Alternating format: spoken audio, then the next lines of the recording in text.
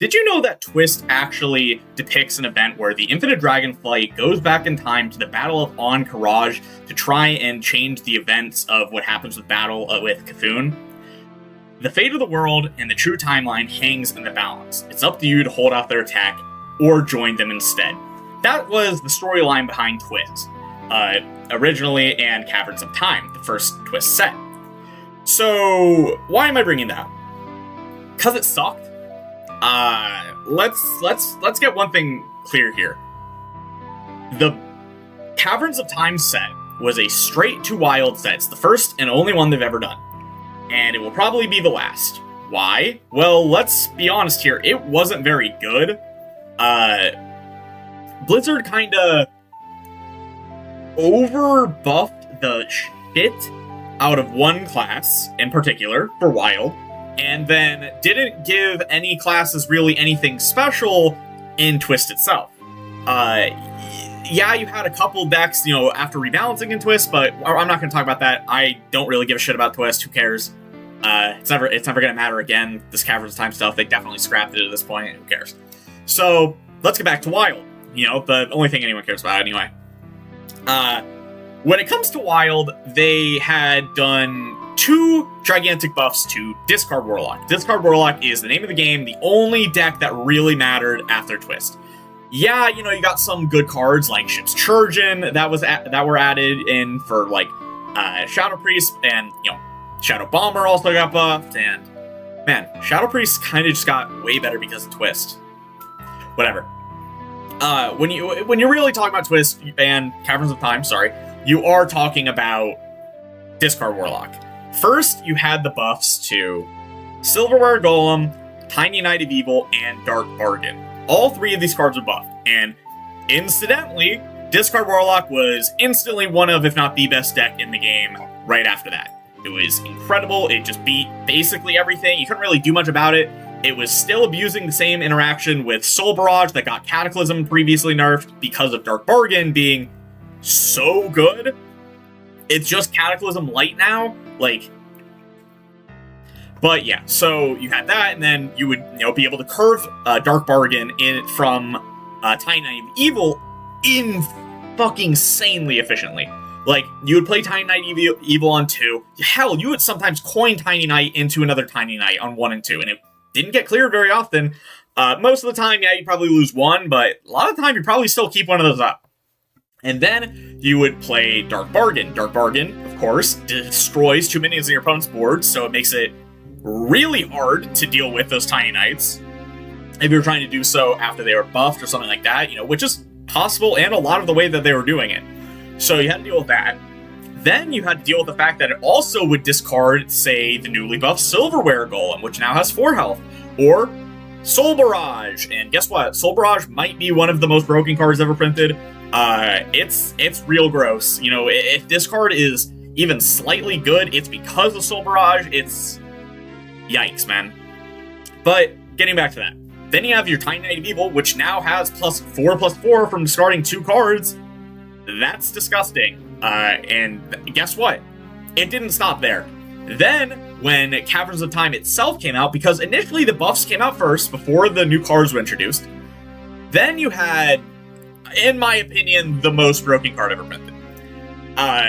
This card had, I think it was a 90% mulligan win rate across all ranks at one point, which is disgusting. Yeah, it goes a little lower the higher you go up into Legend. Yeah. But when it's across all ranks, it has a near 100% win rate in your mulligan. That's disgusting. That's not something that should ever exist in any card game whatsoever. It didn't exactly help that Blizzard waited a full month to nerf it. It's just I understand that Wild is not the top priority, right? I understand that completely. But why, and I mean why, would you print a Wild-only expansion or update and then not monitor how toxic it makes the format? That just is a weird question that look, leave it for 2 weeks. That's fine. That's normal. That's normal, balance pass schedule, whatever. 2 weeks, completely fine. it would have been cool, you know, to see a really broken S tier deck. We don't get those very often. It just happens sometimes, right? Very fun beyond that. But a full month is a full month. That's a full season for a lot of players. If you're just not playing the game for a full month, that's bad for both the player and Blizzard themselves. You want people to be playing your game. So I don't understand why they left Discard Warlock like that for a full month. They nerfed it eventually. Chamber went to 3 mana, 2 durability, Tiny Knight of Evil went to +2/+1, and Dark Bargain went to 4 mana. But then if you're a class like Hunter, or Rogue, or like Mage, you're kind of like fucked, in a sense. Like, I'm gonna pull up the list, you know, of all the changes that are made for Cavern Time, of course, talk about the cards, but yeah, so let's start with Druid. Druid's 3 cards that were added for Caverns of Time are Rat Sensei, Invigorate, and Cenarian Hold. Rat Sensei is, of course, 2 mana, 2/2, Battle Crying Death Rattle, add 2 1/1 turtles, taunt your hand, beast. That's what it was originally, right? Cenarian Hold was buffed to 1 mana. I think that card has potential. We won't talk about that, but Druid at least has 1 card. You know, 1 playable card from this set of 3. Invigorate. Invigorate is a great card. It was a direct upgrade over Wild Growth for a long time. Like, literally directly, because it was Wild Growth is 3 mana, Invigorate is 2. Just no question. Then Wild Growth was buffed back to 2 mana. It's still better than Wild Growth in a lot of scenarios, but there's still some scenarios it's not. Not going to get into that. But, yeah, whatever. So it's still, it's an overall better version of Wild Growth, but that's good, right? Wild Growth is a great card. You run Wild Growth and Invigorate in some decks. So, where do you go from there? Druid instantly has a great card that it wants to use and has been using. Druid has a good Caverns of Time. Rat Sensei doesn't matter. Like, yeah, it's not even that good in Beast Druid, but you can run it. Whatever. Then you go to Hunter, and oh boy. So Hunter gets Durnhold Imposter. Horrible card. One of the worst cards I've ever seen in my entire life in any card game. What the fuck is this? You get Time Lost Raptor, a card that's like not great. Maybe if it had more, maybe if it was like a 2/3 genuinely, it would probably be kind of decent. But it's a 1/1 for whatever reason, so it's not very good. You can't even really cheat it out very efficiently to make a lot of them because we don't have Beast Warper. If we had Beast Warper in Wild, maybe it would be good, but we don't have that.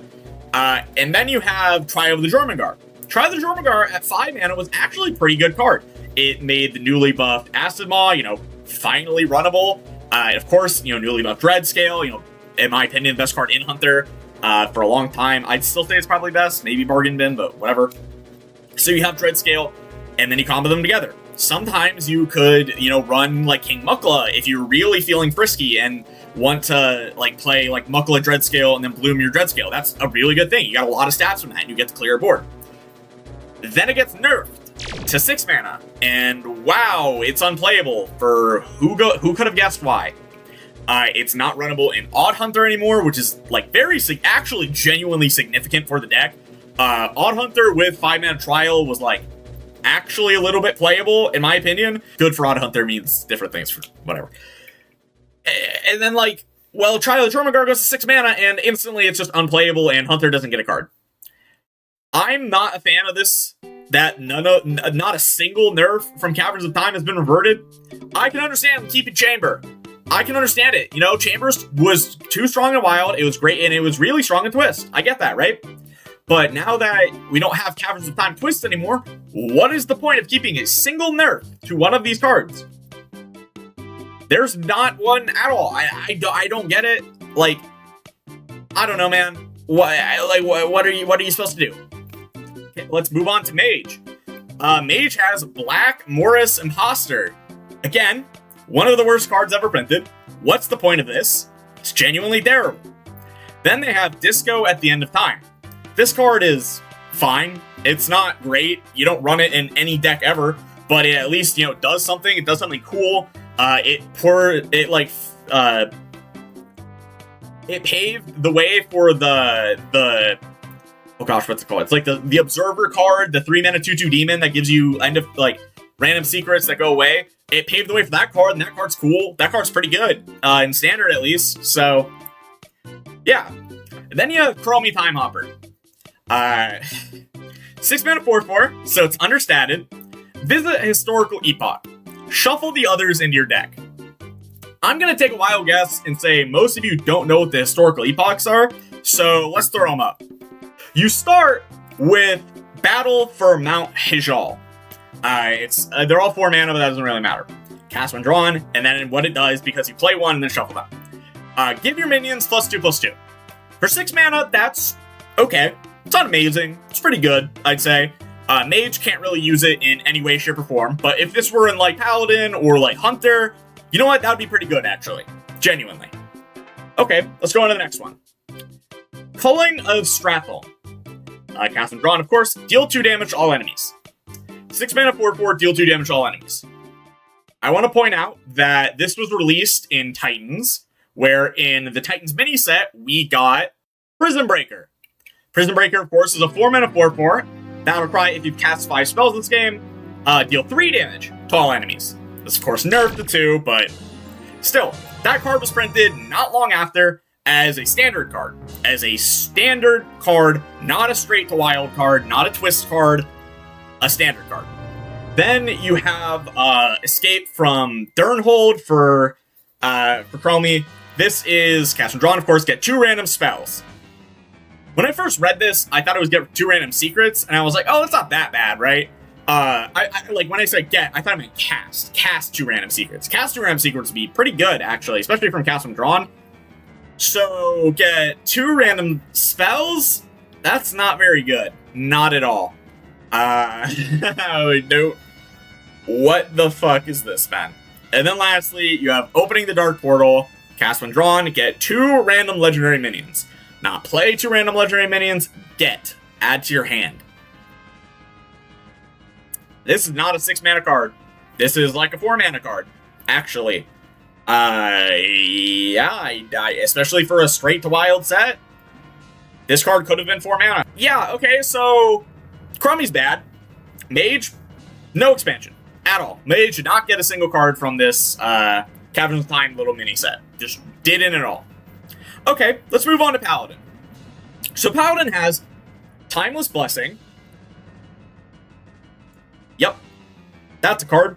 4 mana holy spell, give 4 random minions in your hand, +4, +3, +2, +1 to both stats. I'm not reading it like that.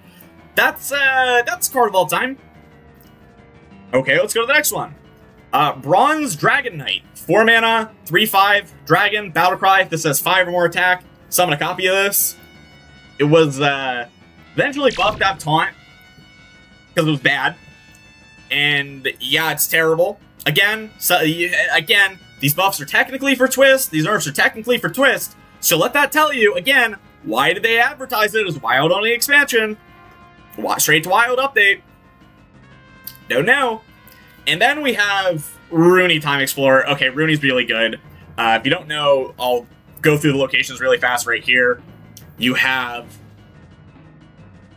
Outskirts of Lordaeron. It's choose a minion, destroy all minions, less attack.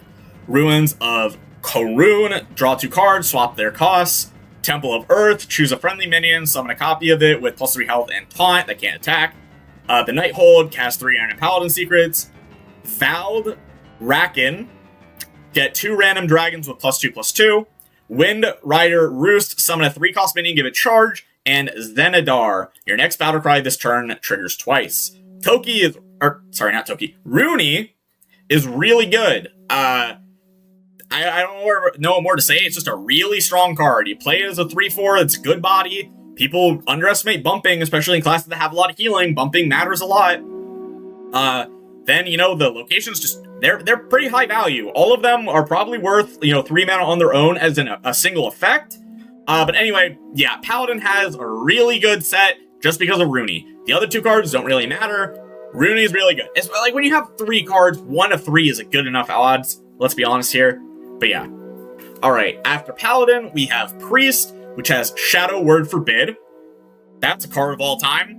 I don't even have the dignity to read this card off. Ship's Trojan, 1 mana, 1/2 Dragon Pirate. After you summon a minion, give it +1 health. This card's really, really strong. It's incredible in Standard. It's even better in Wild because, of course, it's a pirate as well. Insane card. I'm surprised this card has never been, like, nerfed in some way. I even for Standard, it's, like, crazy, man. Like, this is a card of all time, genuinely. It's so good, like, how do I put this? Being able to AoE buff your board, I guess it's not as good as, like, Might, because, you know, Totemic Might's, like, the most fucking broken card in any aggro deck, in my opinion, but it's still really good. Like, it's worse than Totemic Might, and it's still a really strong card, so that says a lot. But, yeah, being able to make sure your board just, like, sometimes lives against removal, because the breakpoint from 2 to 3 matters a lot, and I guess even the breakpoint from 1 to 2 matters a lot, right? But, yeah, so then you have Murazan, Thief of Time. I think this card was playable post, like, Disco Lock in Wild. A lot of people don't really seem to think so. I think it was fine. You used to play a lot greedier in, like, that kind of Reno Priest. Like, you would want to be running the Thief cards. You want to be running all this value. It was just better at the time. You didn't have, like, Boom Pistol Bully being, you know, innovated in the game as much. You didn't have as much of this, like, tempo mindset that people have been trying to push, myself included, for a long time in Reno Priest. And so when you're playing these, like, greedier lists, you know, you have to get to your Anduin. You didn't have Reno at the time. You didn't have, well, New Raza as well. So you're not being able to play as fast. You just, like, wanted the value, since, you know, it was also a board clear that kind of mattered sometimes. Since, again, if you were playing slower, you were having a little bit more removal. You know, you would run the weapon more often to be able to deal with boards with Shadow Word Devour, just really good. A lot of people don't run the weapon anymore because, you know, who cares, right? Just kind of, sometimes you can just beat the board back now because you're running more minions to fight for board than spells. So, yeah, I mean, overall, I think that Priest had a really good set. Obviously, you know, Ship's Trojan's really strong. Murazan's okay. So, Priest, so far, technically has the best one, right? But then let's go to Rogue. Rogue had Mount Hajal Imposter. Terrible card. Again, why did they print these cards? 4 mana, 4/4, each turn this in your hand, transform into 4 cost minion that gains stealth. Terrible, terrible card. Worthless card even. What the hell? Then you had Jade Telegram. 3 mana, look at 3 cards in your opponent's hand and shuffle one of them into your deck. Summon Jade Golem. This card was absurd in Caverns of Time. Like, actually absurd. So, the thing about Caverns of Time is there was no card draw at all. It was... There was, like, literally no card draw. So, what this card does is it fucks your opponent over. You know, they don't have a card, so they lose out on a lot of it. And that's, like, really good. When in a format that has no card draw, like, it was like, what's it called? Acolyte of Pain, and then, like, nothing else. It was insane. It's partially why Patch's Hunter kind of worked, is that if you had no card draw, you couldn't draw your bad cards, and you had a lot of Patches in that deck. You know, Patches himself, of course. So it's really funny. And then you have the Scarab Lord. 4 mana, 3/3. Jade Telegram also got nerfed from 3 to 4 because of Twist, and now it's completely unplayable. It was kind of okay in Wild, genuinely. It wasn't amazing, but you could play Jade Rogue in, like, some matchups. You just kind of won because of Jade Telegram putting things away into people's decks. It was actually not the worst deck ever. It was like top tier, you know, 1, 2, 3, not even close, but you could play it, right? But it went to 4, it's just unplayable now. Back to the Scarab Lord. 4 mana, 3/3, Battle Cry, summon a 0/2 Gong for your opponent, combo, gain Rush. So what you would do, of course, is you would set up your hero power, and then you'd play Scarab Lord, and then you'd smack the Gong, and what the Gong does is, after it takes damage, it fills your opponent's board, so your board, with 1/1 Scarabs. And that was, like, a lot of tempo, like, a fucking lot of tempo. And it was insane in Twist because of how much tempo it was, right? And then guess what? The Gong was nerfed to 0/1. So you can only do that once, and, you know, it's kind of not that good when you can't repeat it, like, after you kill your board off the first time. So you could just, like, trade all those off, and then your opponent's like, wow, I just got fucked, right? Because if they tried to play anything into it, they kind of got fucked. And, like, the Scarab Lord gaining Rush was, like, significant in a lot of matchups. Being able to kill, like, a Fellfire Deadwing. Is that what it's called? No, Frenzied Fellwing? Fellfire Deadwing. What am I? Fellfire Deadeye. Well, I guess, yeah, killing, 2 3s was really strong. Killing 3 3s was really strong. Killing Void Touch Attendants was really strong. It was actually a really good card. And guess what? It was nerfed and never reverted. So yeah, Rogue had a really strong set. Then we get the Shaman. Shaman starts off really strong with Pebbly Page. 2-mana 2-1 Elemental, Battlecry, draw an Overload card. You can't be overloaded this turn. Card sees plenty of play. Is it the best card? In a lot of decks, no. A lot of lists don't want to be running it, but when it is seen, it's pretty good. Of course, you can combine it with, like, Ancestral... What's it called? Ancestral Spirit? Sorry, Ancestral Knowledge. To draw 2, draw 3 for 4 mana, and then you don't overload, and then you get 2-1. That's pretty good. 3 mana draw 3... Or, sorry, 4 mana draw 3 for... and a 2-1 with no downside. That's not bad at all. But yeah, so it's a pretty good card. Then you have Totally Totems. 4 mana, summon all 5 basic totems, overload 1. What it would do is, Wrath of Air Totem was out of the game at the time, so it'd summon Wrath of Air Totem. And... yeah. A lot of people like to say that this was, like, really good in, even Shaman, and it kind of wasn't. Like, people definitely tried. They were like, oh, dude, it's 4 mana, 10-10 in stats, overload 1, and it, like, gives you a wide board, which even Shaman wants, and all that, right? And, like, yeah, it does that. But that's not that good. You had to have the Stone Right in play to make it all those stats. You'd probably have spent your board buffs anyway earlier in the game, like you're supposed to, because, well, there's 0 fucking mana, so you want to play them when you have a decent-sized board. It just wasn't that great. I was never a fan of it. It sees absolutely no play today. It's just not very good. And then you have Alakir, the Winds of Time. This card's, like, kind of bad. Of course, you draw a charge, Divine Shield, Taunt, and Wind Fury minion, and that's, like, not that useful, all things considered. You're not making use of that, like, at all. You're not, Wind Fury minions are few and far between, and they're really weak. Charge minions are few and far between, and they're not very good. Divine Shield minions, you're Shaman, so there's not that many. And then Taunt, and I guess Taunt's, like, not bad. So it's not easy at all to make Alakir work. And then it had the hero power to, it was, of course, 2 mana, give your hero Divine Shield, then gain +2 attack and Wind Fury this turn. So you would effectively have, like, 2 mana, have a, like, what's it called? The Doomhammer. You have Doomhammer, but you'd also get a Divine Shield, which is, pretty decent. It's not a bad hero power by any means, actually. It's pretty decent. The issue is the card is 7 mana. The card doesn't draw you anything useful. And before it was bumped from 5 to 8 armor, it wasn't that good for survivability. Now it's a little bit better. 8 armor is okay. But just getting a Divine Shield doesn't do much. Giving your hero Divine Shield is kind of not that good. We know because Starlight Groove sucks. And that's all that card does, is give you a Divine Shield. Multiple of them. So... yeah. It's not great. If Shaman had, like, a worthwhile charge card to draw, Divine Shield card to draw, and Wind Fury card to draw, which it doesn't have, I mean, I guess you can draw Ziliax.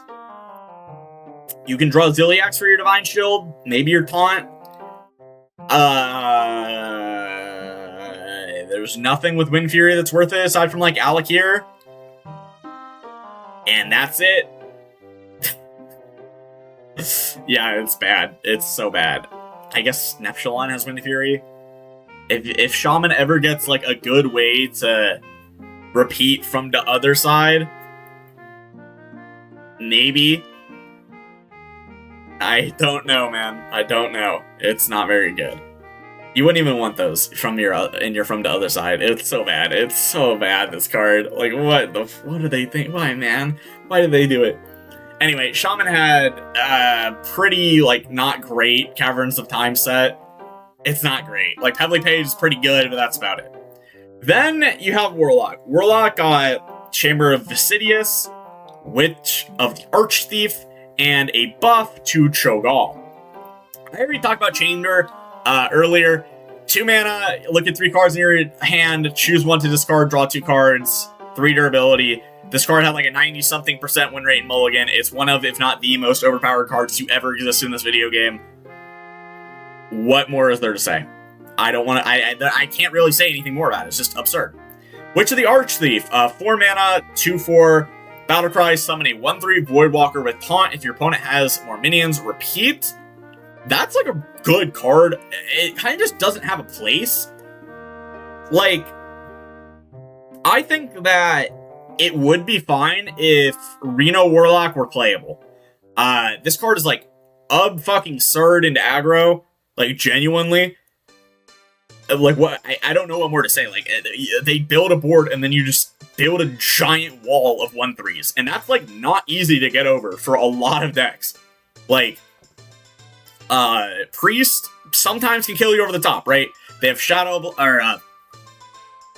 Mind Blast and Mind Seer and Acupuncture and their hero power. You know, they can do a lot of damage over the top, right? But if you've been, like, kind of fighting for board pretty efficiently, still have a good health pool, and then you drop this against their, like, 4 or 5 minion board, damn, dude, you probably have taunts for another turn as well past that. So you can set up a lot of stuff and try, you know, and you can definitely clear their board, you can definitely heal, and that's not anything to like, scoff at. Yeah, it's kind of just that, like, Reno Lock sucks. Like, really bad. Like, really, really bad. So they can't play it. But it would be kind of good if this card, or if the deck was there. That's all I got. But then you have Cho'Gall. I mean, like, 8 mana, 8/8, return all cards. You discard this game to your hand. It costs hell instead of mana. It was kind of good in, like, Twist. And, like, a Reno Lock. You could, like, kind of play Reno Lock and Wild with it, but it was really bad.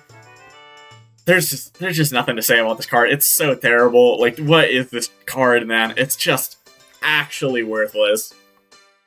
And then lastly, you have Warrior. Warrior got Blast from the Past, 3 mana, get 2 spare parts, summon 2 1/1 Boombots, shuffle a bomb into your opponent's deck. This card's actually, like, really, really good in Twist. It was playable in Wild, I would say. Amazing, maybe not, but could you play it if you really wanted to? Yeah, and you wouldn't be that, like, hurt for doing so. And then it went to 4. And yeah, it's just dead. Then you have Ivory Rook. Battlecry, discover a taunt minion, gain armor equal to its cost. That card's, like, pretty good. I'm not gonna lie, it was really good in Twist. I think that if this were a 4/5 with taunt, it would be good enough to play in Wild.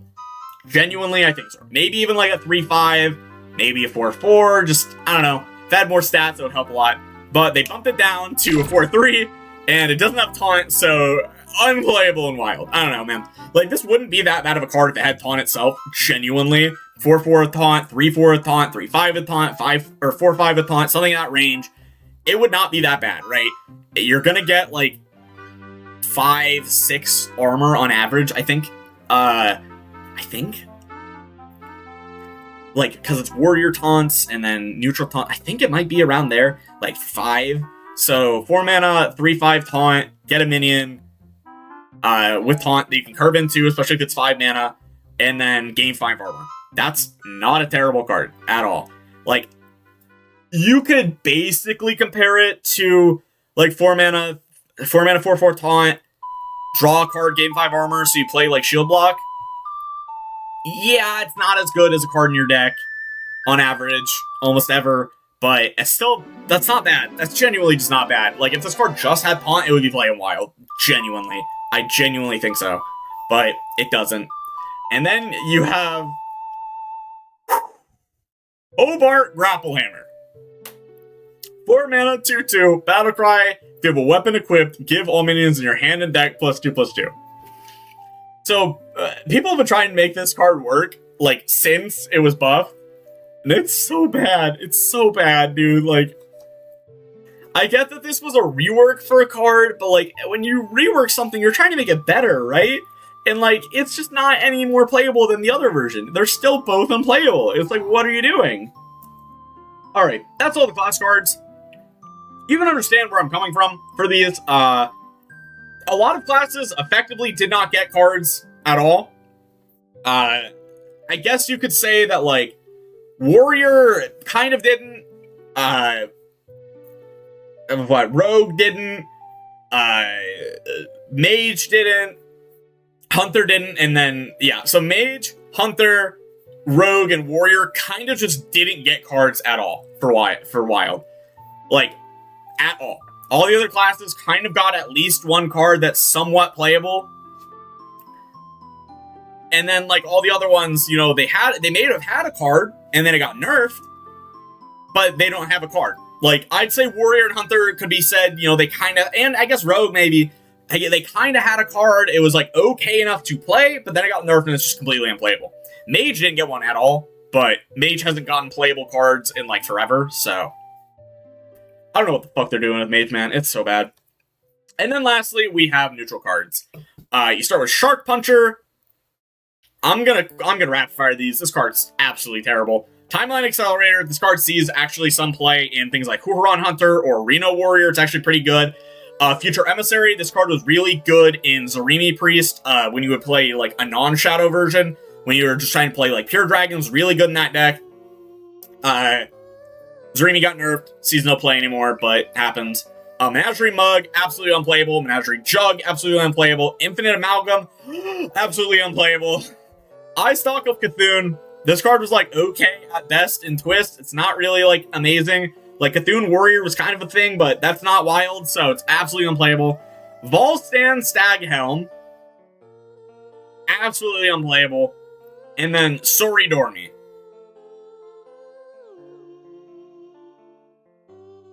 Guess what? Absolutely unplayable. It happens, right? There's not much to say. It's just not really. Caverns time just sucked. It sucked. It didn't do anything for Wild. Why did they call it a Wild update? Like, I don't get it. I will never get it. And that's the retrospective. That's the retrospective on, you know, Caverns of Time. Almost none of these cards made any impact at all and have seen any play in Wild. Almost none of the cards had any impact at all or saw any play in Twist. So why do we do it? Was it cool and really hyped up and, like, it got a lot of people talking about Wild, it got a lot of people talking about, you know, the new format, it got a lot of people talking about the game? Yeah, it did. It did a lot. It's a really good way that built up a lot of hype for the game. Did it deliver in any way, shape, or form that anyone had hoped, prayed, would have liked at all for the format? No. Not in any way. No, nobody likes Twist. Twist is a abject failure. It just is. And they reprinted it as Duels 2. So, yeah. Caverns of Time was a failure. Shadows are rising again!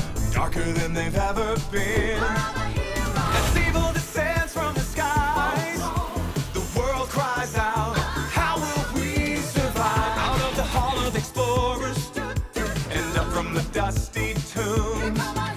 They grab their whips and fedoras, these legends of